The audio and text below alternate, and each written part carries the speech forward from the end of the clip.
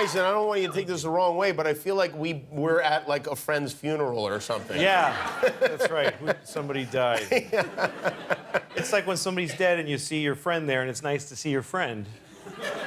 You're like, hey! You're like, hey! Oh, yeah. But hey!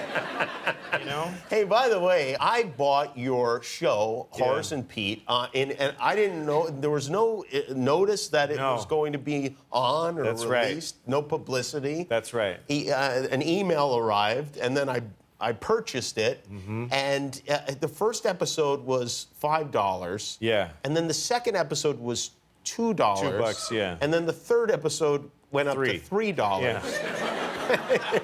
It's because it's just me going like... What kind of a business plan is going on here? I just...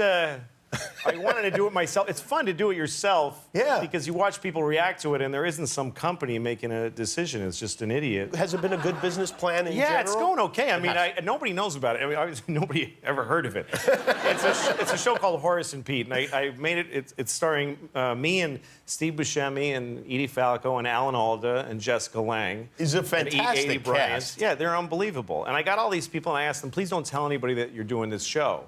And I called all their agents and said, we're not telling anybody about it. And they're like, well, how are you going to promote it? I said, I'm not. I'm going to just... I just want it to appear. I just wanted it to suddenly appear. And I thought, this is a gift to the viewers. Because I hate when I see billboards. They tell me everything before I see a show. You see a preview for a movie, you're like, I just saw the movie. Why did you tell me everything? Excuse me.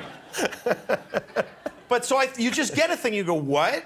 The email said Horace and Pete is available for download. That's it. And then you go on and you just start watching it. And it's a weird show, too, right? It's a very weird show. It's nothing like it. It's kind of like a play. Yeah. Or it's kind of like a sitcom, but there's no one laughing. That's right.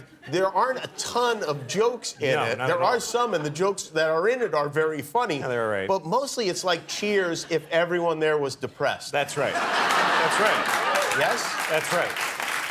It's like what the bar that Cheers was based on was probably really like between 2 p.m. and 5 p.m. It's about day drinkers and the bar they drink in. And when the bar starts getting a little full sometimes, the bartender says, get out of here. He kicks people out because it's not meant to be full. Right. But yes, it looks like a sitcom because we shoot it in multiple cameras, but on a stage, but there's no audience. You know, and there's no laugh track. So sometimes people say funny stuff, but it just lays there. Yeah. And if you watch it, you laugh. And then sometimes you get on a roll with a few funny things, and then someone says something horrible. Terrible.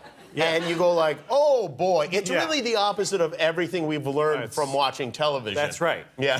And to me, the exciting idea was for people to see this without having any idea what it's going to be like, without having any expectation or idea. And I thought, that's exciting. But as soon as I put it out there, I just got just tons of emails from people saying, what is it? I don't know what it is. How am I supposed to... They needed it to be defined or send me a clip. I want to look at it. I want to watch it before I see it. They want a little sample. Because otherwise I might not like it. So I want to see it first before it doesn't make any sense to me. Well, but part of it was I wanted to cut out the middleman. That's an exciting idea. I make a show, I literally output it on my MacBook, and you watched it on your iPad. That was exciting to me. Yeah, sure. But here's the thing. When you cut out the middleman, you deal with the customers directly. Are you really dealing with the customers? Well, I don't. I mean, I read some of the emails I get. And like one guy wrote to me after I was on the air for 3 weeks, and he said, I'm still on the fence about trying your show. I don't know if I want to spend the $5. So can you write me an email and try to convince me to watch your show? And I'm like, you know, take your $5 and shove it up your ass. Like, I just got mad. Because... It sounds like it's working horribly for you. Well, it's a weird business we're in because you make stuff, but then you want people to watch it, right? Yeah. And you want to kind of trick people that would never like it into watching it. And they're like, oh, I saw something I hated. And you're like, ha-ha, I got your money. I don't like being in that kind of a business. So with Horace and Pete, I haven't asked anybody to watch it. You really I haven't even told anybody it's on the air. This is the first time I've told anybody out loud with my voice that the show's on the air. So... I think when a show's promoted, there should also be a cautionary. It should be an equal amount. Like a show, this show's really great, but then it should be like, you probably won't like this show. Balance it. If you need to hear a joke every few minutes, do not watch my show. Yeah, right. Well, yeah. We curse a lot on my show. We say terrible things. Oh, yeah. They're shocking, literally all kinds of people. No, it's awful. It's a good show to watch alone. I think so. Yeah, definitely. Yeah. I got an email. I guess it was from you. I didn't realize, but an email showed up and said, Louis C.K. has charged you $5. I think I forwarded it to you because, what your personal? Are you reading? I have $5 of your money. Yeah, you do. But for $5, I bought your email address. I mean, it's like really an insight into your life. It is that a people shouldn't connection have. that's very direct and that's exciting Yeah.